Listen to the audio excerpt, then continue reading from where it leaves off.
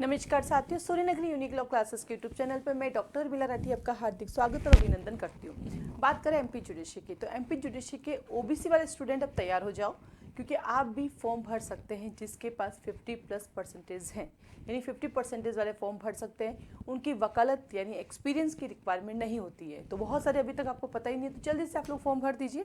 अब चलते हैं एमपीजीएस की तरफ, कैसे तैयारी करनी है, कम टाइम में आप एमपी की तैयारी कैसे कर सकते हैं, आइए हमारे साथ चर्चा करते हैं। हम सूर्यनगरी यूनिक लॉ क्लासेस ने जो एमपीजीएस के लिए एक रैपिड रिवीजन कोर्स चला रखा है, क्या कर रखा है, एक रैपिड रिवीजन कोर्स चला रखा है।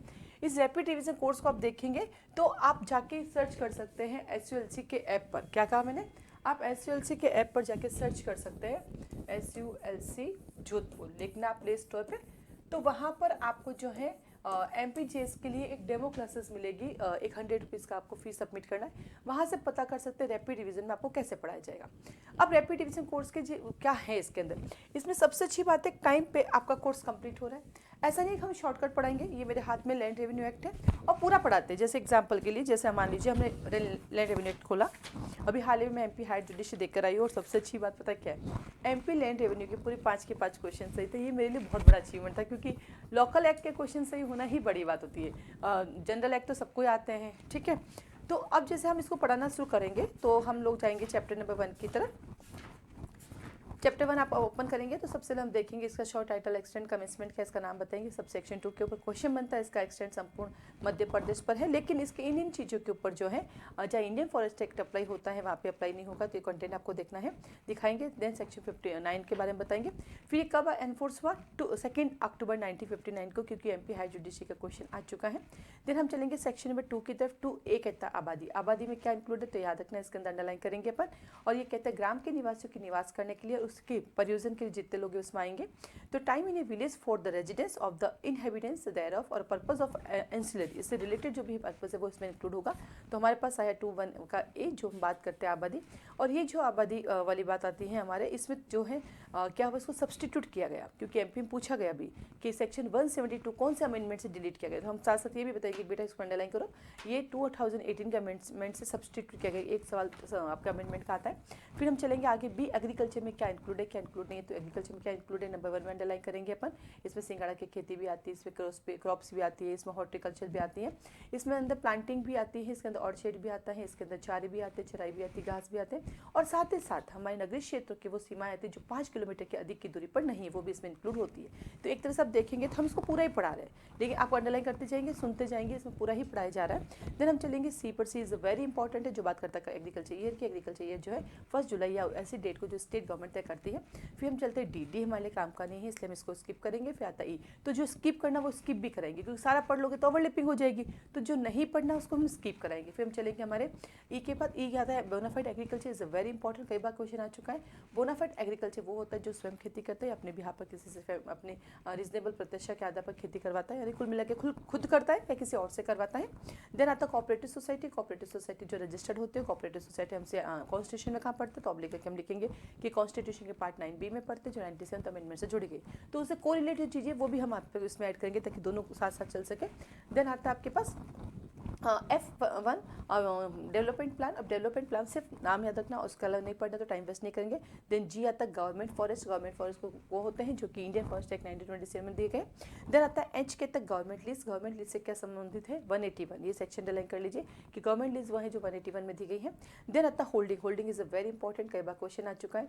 होल्डिंग के अंदर क्या आता है, तो हम बताएंगे होल्डिंग मीन्स ए पार्सल और land separately assessed to land revenue and held under a tenure. तो ये पूरा रीडिंग करेंगे कि भाई हाँ ये काम का है, तो पूरा रीडिंग भी करेंगे। ऐसा नहीं कि एकदम रैपिड रिवीजन का मतलब स्पेशल इंपॉर्टेंट बता दिया बस ये पढ़ ले, नहीं, हम साथ में पढ़ा भी रहे हैं। ये कहने का नाम रैपिड रिवीजन है। इसमें यह है कि भाई मैं आपको कंटिन्यू पढ़ाते जाऊंगी, आपके पास अपना बैलेक्ट होगा, अपना पेन होगा, अंडरलाइन करते जाएंगे। जहाँ डेज होंगे, ऑफिसर्स होंगे, उनको बाहर निकाला जाएगा, उनको लिखा जाएगा।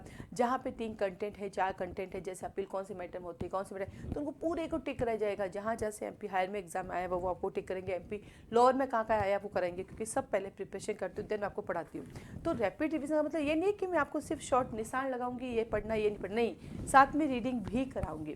तो आप चाहे तो उसको पूरा सिलेबस ज्वाइन कर सकते हैं। आपको लगता नहीं मैडम मुझे पूरा सिलेबस तो मैंने किया हुआ है, मुझे तो कुछ स्पेशल इसके अंदर चाहिए। जैसे मान लीजिए आपको लगता है कि आपको सिर्फ जो है MPLR चाहिए तो आपके MPLR ले सकते हो। आपको लगता है सिर्फ MP अकोमोडेशन चाहिए तो ओनली MP अकोमोडेशन ले सकते हो। आपको लगता है सिर्फ NI चाहिए तो ओनली NI ले सकते हो। आपको लगता है पोक्सो चाहिए तो पोक्सो ले सकते हो। JJ चाहिए तो JJ ले सकते हो। IT एक्ट चाहिए तो IT ले सकते हो। आपको लगता है कि मुझे बस माइनर एक्ट चाहिए तो आप माइनर एक्ट भी ले सकते हो। इसके लिए आपको क्या मिलेगा, SULC ऐप पे जाओ, वहाँ पे रिकॉर्डेड लेक्चर जो हमारे रैपिड रिवीजन कोर्स की रिकॉर्डिंग होती है उनको हमने सेपरेट बैच भी बना रखा है, तो आप वो भी ले सकते हैं। आपको लगता नहीं मैडम मुझे तो पूरा ज्वाइन करना, पूरा कर सकते हो। मान लीजिए आपने पर्टिकुलर सब्जेक्ट JJ वहाँ से ले लिया, तो जब आप JJ वहाँ से ले लोगे, पढ़ लोगे, देन आप मुझे कॉल करोगे, बताओगे मैडम मैंने ज्वाइन किया है।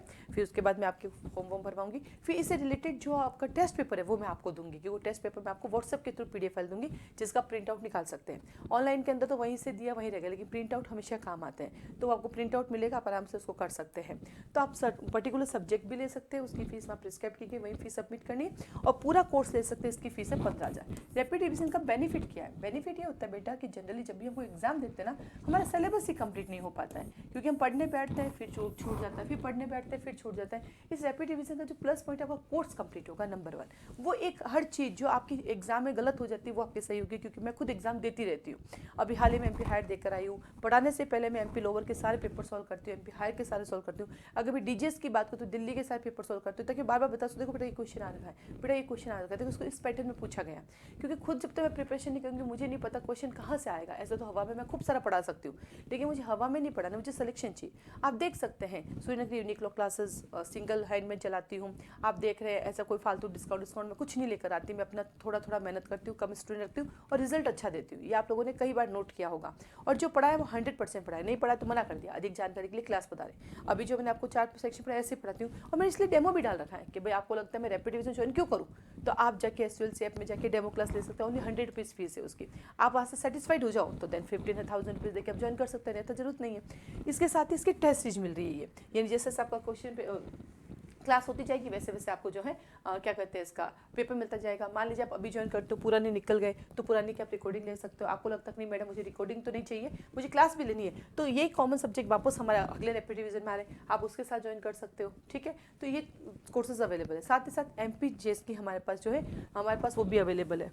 मॉक टेस्ट सीरीज भी अवेलेबल है, आप चाहे तो ओनली मॉक टेस्ट ले सकते हो, वो ओनली 1500 रुपये की है, 1500 रुपीज़ की है, आप उसको भी ज्वाइन कर सकते हैं। ये देखिए ये मॉक टेस्ट जो है बिल्कुल इसके अंदर आपके एक मॉक टेस्ट के अंदर 150 क्वेश्चन होंगे। जो 150 क्वेश्चन होंगे उसके अंदर IT एक्ट भी होगा, पोक्सो भी होगा, JJ भी होगा, उसके अंदर आपके पास इंग्लिश भी होगी, कंप्यूटर भी होगा, GK भी होगा। यानी एक पेपर में जो है आपका 150 क्वेश्चन होंगे, और वो 150 क्वेश्चन बिल्कुल वैसे ही होंगे जैसे कि आपके एग्जाम में आते हैं। तो टोटल आपके पास 10 पेपर आएंगे, इसकी फीस 1500 रुपीज़ है। ये आपको व्हाट्सएप पे PDF फाइल ही मिलेगी। मुझे कई बार लोग कहते हैं PDF फाइल क्यों देते हो, ताकि शेयर भी हो जाती हैं, आपको PDF नहीं देनी चाहिए, आपको ऑनलाइन करनी चाहिए, सब लोग ऑनलाइन करते हैं। ठीक है ना, सब लोग ऑनलाइन करते हैं, सबकी मर्जी है। मेरी मर्जी है कि मुझे ऑनलाइन मुझे PDF देनी है, प्रिंट आउट निकालो, क्योंकि मेरे यहाँ पे टाइपिस्ट पूरे महीने बैठता है, और जब ये एक एग्जाम आता है, ये पेपर आ जाता है, तो नेक्स्ट में चेंज हो जाता है। मैं दोबारा वही टेस्ट सीरीज तो रखती नहीं हूँ, और मुझे तो अच्छा लगता है कि अगर आगे जाएगा, मान लो आपने किसी स्टूडेंट को शेयर की, आपका सिलेक्शन होगा, उसका नहीं हुआ, तो नेक्स्ट टाइम वो खुद ही आएगा, अगर मेरा पैटर्न अच्छा लगेगा, उसको मेरा वैल्यू लगेगा। क्योंकि अगर मेरे पास क्वालिटी है तो मुझे डरने की जरूरत नहीं है। मैं वाई ऑनलाइन छुपा के रखूँ? मैं जब मुझ में क्वालिटी है, मैंने अच्छे मेंटेन कर रखे हैं, अच्छे क्वेश्चन बना रखे हैं जो एग्जाम में एज इट इज़ मिलते हैं, और अगर वो लोगों के पास सर्कुलर हो रहे हैं तो मुझे कोई फर्क नहीं पड़ता। लेकिन जो मुझसे परचेज करता है मैं तो उससे पैसे लूँगी, आगे वो किसी को दे वो उसका कर्म जा रहे, मेरे को कोई फर्क नहीं पड़ता। क्योंकि मेरा नेक्स्ट जब MPJS आएगी फिर से नया मॉक टेस्ट सीरीज बनेगा, सेम टेस्ट सीरीज तो मुझे चलाना नहीं है। और PDF देने का जो मेरा ऑब्जेक्ट है, एक तो नंबर ये सर्कुलर हो, मुझे टेंशन नहीं। सेकंड, आप आराम से उसका बेटा प्रिंट आउट निकाल सकते हो, प्रिंट आउट निकाल के आप पेन के साथ उसको कर सकते हो, जहाँ आपकी गलती दिखे आप अपने बैरेट ले सकते हो, बैठ लेके उसको मिलान कर सकते हो। क्योंकि अब जमाना अगर पूरे दिन आप आंखों से ही काम कर रहे हो, पूरे दिन आपके कंप्यूटर और स्क्रीन पे जा रहा है, एटलीस्ट एक जगह तो आपको रिलैक्सेशन मिले, और प्लस आप उसको अपने पेन से वेरीफाई कर सकते हैं। इसलिए आज ही मैं PDF देती हूँ, और फ्यूचर में भी यही है कि PDF ही देती रहूँगी। अभी हाल ही में इसके साथ साथ ही चलो आगे चलते हैं। इसके साथ साथ हमारे पास तीसरा टॉपिक जो है MP आपके जुडिशरी का, वो है हमारे पास एमपी के टेस्ट सीरीज, आपको लगता है कि मुझे कोर्स ज्वाइन नहीं करना है पूरा, मुझे ओनली टेस्ट सीरीज चाहिए, तो जो हमारा रैपिड रिवीजन चल रहा है ना बेटा, उस रैपिड रिवीजन के टेस्ट सीरीज भी अवेलेबल है। लेकिन आपने जैसे कोर्स ज्वाइन किया नहीं, लेकिन आपने टेस्ट सीरीज ले ली, कोर्स ज्वाइन नहीं कर पाए, टेस्ट सीरीज, तो सेम वो जो पेपर बन रहे हैं वो आप भी अलग से ले सकते हैं, उसकी फीस 3000 रुपीज़ है। आप सिंपल जो सब्जेक्ट वाइज हमने डिवाइड करके उनके पेपर ले सकते हैं। मैक्सिमम पेपर में 100 क्वेश्चन होते हैं, और जहाँ 100 क्वेश्चन नहीं बनते हैं तो मिनिमम मैक्सिमम जितने बनेंगे, जैसे लिमिटेशन के 2 पार्ट, एक पार्ट है तो 100 क्वेश्चन बन जाएंगे, अगर लिमिटेशन के 2 पार्ट है तो 100 क्वेश्चन नहीं बनेंगे, तो जितने उसके बनेंगे वो होंगे, और बाकी में 100 क्वेश्चन होंगे। जैसे मान लीजिए आईपीसी है, आईपीसी का आपके पास 3 पार्ट है, तो हर पार्ट में आईपीसी के 100 क्वेश्चन मिलेंगे, कॉन्स्टी के 3 पार्ट है तो 100 क्वेश्चन मिलेंगे, कॉन्ट्रे के 2 पार्ट है तो 100 क्वेश्चन मिलेंगे, टीपी के 2 पार्ट है 100 क्वेश्चन मिलेंगे। तो आप इसको भी ले सकते हैं, क्योंकि ये क्वेश्चन होंगे जिसमें से आपको एग्जाम में 100% मिलेंगे। हाँ, इसके अंदर सिर्फ लॉ के पेपर ही हैं, इसमें कंप्यूटर नहीं है, जीके नहीं है, वो नहीं है। बाकी आईटीएक भी होगा इसके अंदर, जेचेक भी होगा, पोक्सो भी होगा। तो टेस्ट सीरीज, मॉक टेस्ट और रैपिड रिवीजन कोर्स, इन तीनों से रिलेटेड आपको कोई भी क्वारी ज्वाइन कैसे करना है, कैसे कर सकते हैं, इसमें क्या क्या और आपको है, तो आप मुझे कॉल कर सकते हैं, मेरा नंबर स्क्रीन पे दिया हुआ है। आप मुझे व्हाट्सएप पे मैसेज कर सकते हैं कि मैडम मुझे इस कोर्स के लिए जो है फॉर्म दे दीजिए, बारकोड दे दीजिए, मैं आपको भेज दूँगी। ठीक है, अधिक जानकारी क्लास ज्वाइन कर सकते हैं। बाकी के हमारे यहाँ पे फाउंडेशन बेस्ट चलते हैं जो पूरे साल चलता है, वो भी ज्वाइन कर सकते हैं। आज के लिए धन्यवाद।